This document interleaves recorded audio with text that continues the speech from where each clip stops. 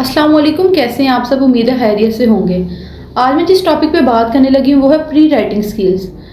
बहुत ज़्यादा पेरेंट्स के माइंड में ये बात आती है कि प्री राइटिंग स्किल्स क्या हैं। जब हम पेरेंट्स से पूछते हैं कि बच्चा राइटिंग के किस लेवल पे है, क्या बच्चे की प्री राइटिंग की स्टेज अचीव है, क्योंकि पेरेंट्स वहाँ पे डिमांड कर रहे होते हैं कि हमारा बच्चा जो है वो लिख नहीं रहा, राइटिंग पे नहीं है।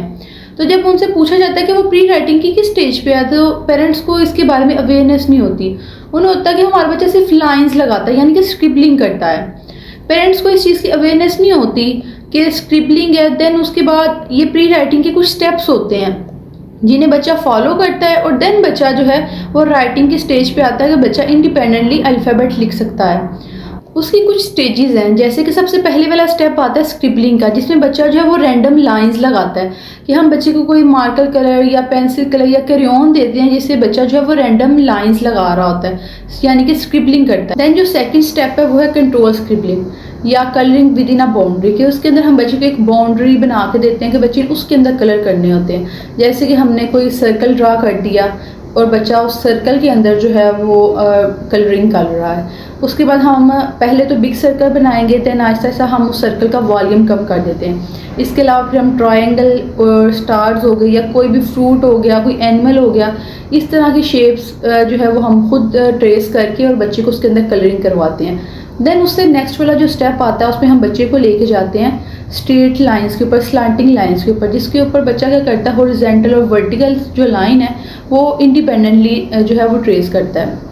अब बच्चा स्टार्टिंग पे तो इंडिपेंडेंटली लाइन ट्रेस नहीं करता, उसमें भी क्या होते हैं कि फर्दर स्टेप्स होते हैं, जैसे कि वहाँ पे फिजिकल प्रॉम्प्ट यूज़ होता है, इसमें हम फुल टोटली जो है वो बच्चे को खुद करवा रहे होते हैं एच में। देन उसके बाद हम बच्चे को शिफ्ट करते हैं पार्शियल प्रॉम्प्ट पे और मिनिमल प्रॉम्प्ट पे। देन उसके बाद जो है वो बच्चा इंडिपेंडेंटली खुद से जो है वो स्लांटिंग लाइन, स्ट्रेट लाइंस जो हैं, वर्टिकल और हॉरिजॉन्टल जो है वो ट्रेस करने लगता है। उसके बाद कर्व्स की प्रैक्टिस करवाई जाती है। कर्व्स लाइन जो है वो बच्चा इंडिपेंडेंटली ट्रेस करता है। उसके बाद बच्चे को डॉट्स के ऊपर जो है वो राइटिंग करवाई जाती है, जिसमें 7 to 8 डॉट्स होते हैं, और बच्चा उसके ऊपर जो है स्टार्टिंग पे तो विद इन असिस्टेंस यानी कि फिजिकल प्रॉम्प्ट के साथ उसको जो है वो ट्रेस कर रहा होता है। देन उसके बाद हम डॉट्स को कम कर देते हैं, डॉट्स को कम करके 4 to 5 हो जाते हैं। फिर बच्चा जो है वो इंडिपेंडेंटली 1 डॉट के ऊपर राइटिंग करने लग जाता है, जिसके अंदर हम उसे अल्फ़ाबेट्स, हरूफ़े तहज्जी या इसके अलावा जो काउंटिंग नंबरिंग है वो इंडिपेंडेंटली बच्चा जो है वो खुद से लिखने लग जाता है।